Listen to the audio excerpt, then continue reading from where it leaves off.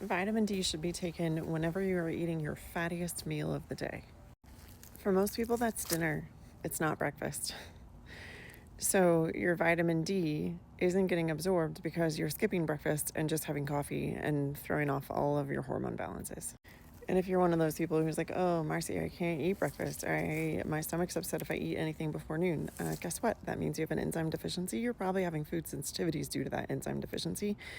And you're not absorbing vitamins and minerals in general anyway. So what can you do to help that? Because everyone says, well, you should take your vitamin D in the morning, not considering whether or not you're actually intaking any fats. Let's say you are that person who's screwing up your longevity and your hormones by fasting until noon.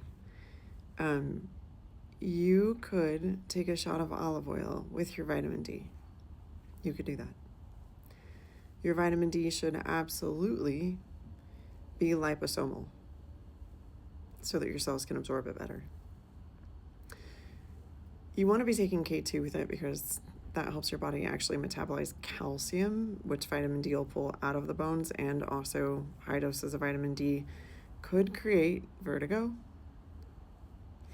because it pulls the calcium crystals off the utricle in the inner ear. And that's not something you really want to deal with. Vertigo is awful.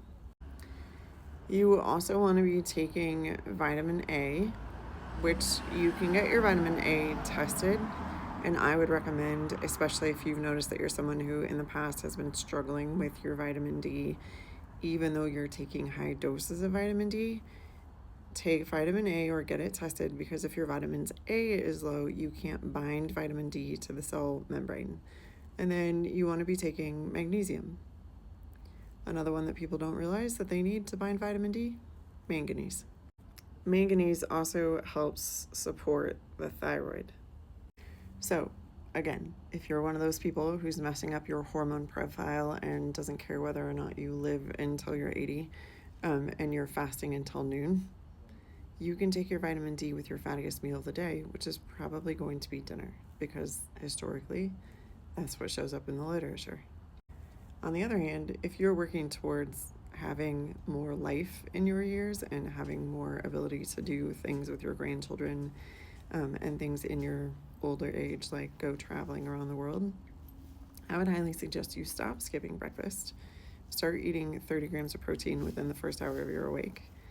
Start focusing on recovery at night instead of fasting. And if you're a female, make sure that you're not fasting for longer than 14 hours.